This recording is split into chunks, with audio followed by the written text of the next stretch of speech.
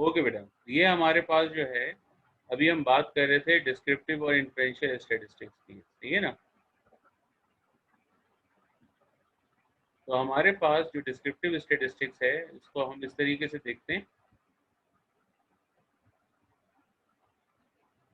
Data can be used in different ways. The body of knowledge called statistics is sometimes divided into two main areas, depending on how data are used.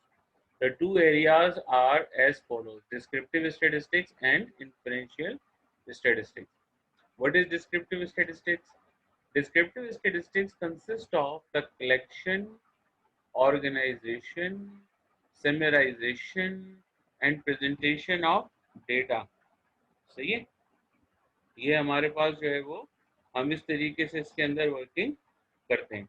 तो अब ये हमारे पास क्या है, collection मैंने आपको बता दिया, ऑर्गेनाइजेशन मैंने आपको बता दिया, समराइजेशन के अंदर और हमने सब कुछ कर लिया। अब सिर्फ बात ये है कि जो एक्चुअल डेफिनेशन है स्टेटिस्टिक्स की वो तो हमारी आ गई सब इसके अंदर। तो फिर इन्फरेंशियल स्टेटिस्टिक्स क्या है?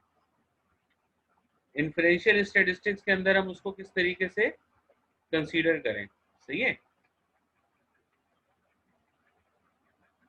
इसमें हमारे पास ये होता है, inferential statistics consist of generalizing from sample to population, performing estimations and hypothesis test, determining relationship among variables and making prediction। इसकी बड़ी सिंपल एग्जांपल है, इसकी बड़ी सिंपल एग्जांपल क्या है इन्फ्रेंशियल स्टेटिस्टिक्स की। अभी आपको थोड़ी देर पहले मैंने कहा एक कंपनी है, वहां पर 1000 बेयरिंग्स बने। ये वाली एग्जांपल सबको याद है कि नहीं? बताइए चैट में, यस और नो। 1000 बेयरिंग वाली एग्जांपल याद है? Very good. अब उस एग्जांपल के पॉइंट ऑफ व्यू से हमें चेक करना था कि वो पूरी लॉट सही है या नहीं। तो वो पूरी लॉट सही होने का कैसे पता चलेगा? एक तरीका, या तो मैं पूरा डेटा ले लूं और फिर चेक कर लूं, लेकिन वो तो एक ऐसा प्रोसीजर होता है जिसके अंदर चीज़ों को तोड़ना भी पड़ता है कि वो कितना मैक्सिमम स्ट्रेस जो है वो बर्दाश्त कर सकती है। तो इस तरह तो सब खराब हो जाएंगे। तो फिर क्या करें? उन्होंने फिर एक तरीका निकाला। वो तरीका क्या है? Inferential statistics. उसमें हम क्या कर सकते हैं, हम एक लार्ज यानी पॉपुलेशन में से एक स्मॉल डेटा को हम ले लें जिसको हम सैंपल कहते हैं। भाई क्यों ले लें? इसलिए ले लें कि वो सैंपल के ऊपर जब हम वर्किंग करेंगे, फॉर एग्जांपल 1000 में से 5 हमने बेयरिंग्स को लिया और 5 बेयरिंग्स को हमने हर तरह से चेक कर लिया, और चेक करने के बाद जब हम रिजल्ट्स देंगे तो वो पूरे के पूरे आपकी लॉट के बारे में होगी, और जिन मेथड के जरिए हम वो इंफॉर्मेशन देंगे उसको हम क्या कहते हैं? Inferential statistics. अब ये बात समझ आई आपको? यानी जब हम उन सैंपल के ऊपर वर्किंग करेंगे और मुख्तलिफ मेथड अप्लाई करेंगे स्टेटिस्टिक्स के, जैसे एस्टिमेशन और हाइपोथेसिस टेस्टिंग, तो फिर वो कौन सी स्टेटिस्टिक्स कहलाएगी? वो फिर हमारे पास इन्फरेंशियल स्टेटिस्टिक्स कहलाएगी। सही है। तो अब ये जो तरीका है इसमें, तो फिर इसका मतलब ये तो बहुत अच्छी चीज़ हो गई कि जब भी कभी हमें कोई वैल्यू मालूम करनी हो, कोई चीज़ मालूम करनी हो, तो फिर हम उसको आराम से मालूम कर सकते हैं, एस्टिमेशन के पॉइंट ऑफ व्यू से भी और टेस्टिंग के पॉइंट ऑफ व्यू से भी। तो ये बात क्लियर हो गई सबको स्टूडेंट, डिस्क्रिप्टिव और पॉपुलेशन का डिफरेंस? जी बताइए। जी, इन दोनों का फर्क क्लियर हो गया?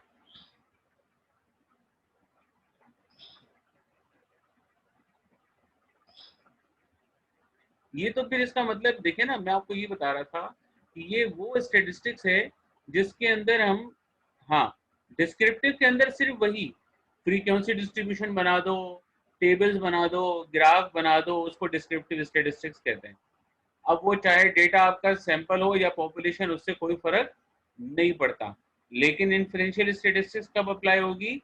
जब लाजमी आपके पास सैंपल डेटा हो। तो याद रखिएगा इस चीज को, जब सैंपल होगा और हमें पूरी पॉपुलेशन के बारे में इंफॉर्मेशन चाहिए होगी, तभी हम उसको मालूम कर सकते हैं, अदरवाइज वो फिर हमारे लिए यूजलेस हो जाएगी।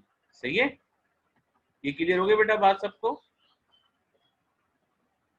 अभी तो इसकी बहुत सारी और एग्जाम्पल्स आएंगी। असल में ये जो इन्फ्रेंशियल का यस टॉपिक सर। है ये हमारे पास होगा मिड टर्म के बाद।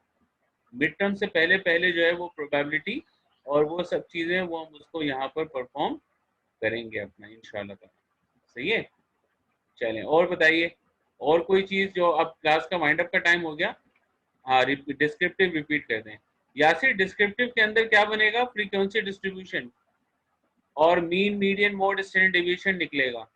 सही है ना यासिर? सही है, ये तो आप लोगों ने इंटर में भी पढ़ा है काफी हद तक, जिसको हम दोबारा यहाँ पर रिपीट भी करेंगे। नेक्स्ट क्लास से हमारे पास जो है वो डिस्क्रिप्टिव स्टेटिस्टिक्स स्टार्ट हो जाएगी, जो स्लाइड्स में मैंने आप लोगों को ऑलरेडी दी हुई है। सही है बेटा, क्लियर हो गई यासिर बात? जी बेटा, क्लियर हो गई? Feel free to ask question बेटा, कोई इशू नहीं है, आप जितना पूछोगे आपको उतनी ज्यादा जो है वो चीजें और भी क्लियर होंगी।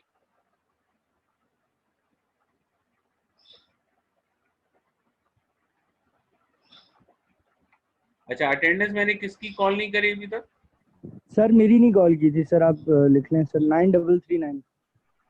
यासिर कयूम की भी नहीं है ना यहाँ पर? चलो, यासिर कयूम भी और बेटा कौन है बताइए? सर 9339 उमेर एहतिशाम। 922 9339। 9339 टाइप कर दे यस मेरे सर। भाई, 9339 टाइप कर दो जो बोल रहे हैं किसकी अटेंडेंस है।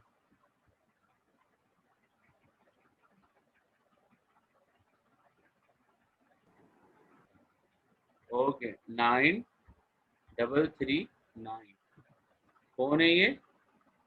उमेर, अच्छा, एहतिशाम। ओके डन बेटा, हो गई। सही है बेटा, बात क्लियर हो गई, टाइम भी आपका अब हो गया। उमेर लगा दी बेटा, मैं यासिर लगा दी बेटा मैंने। सही है आपकी 101 थी, वो तो ऊपर आना चाहिए था, चलो उसको बाद में देख लेंगे। चलो हो गया बेटा, सही है, फिर thank you very much from my side. इंशाल्लाह यहीं से स्टार्ट करेंगे, इसके बाद से जो नेक्स्ट स्लाइड होगी। अच्छा, स्लाइड्स और वीडियोस आपको अवेलेबल होंगी, आप अपने एलएमएस के ऊपर जाके देख लीजिएगा।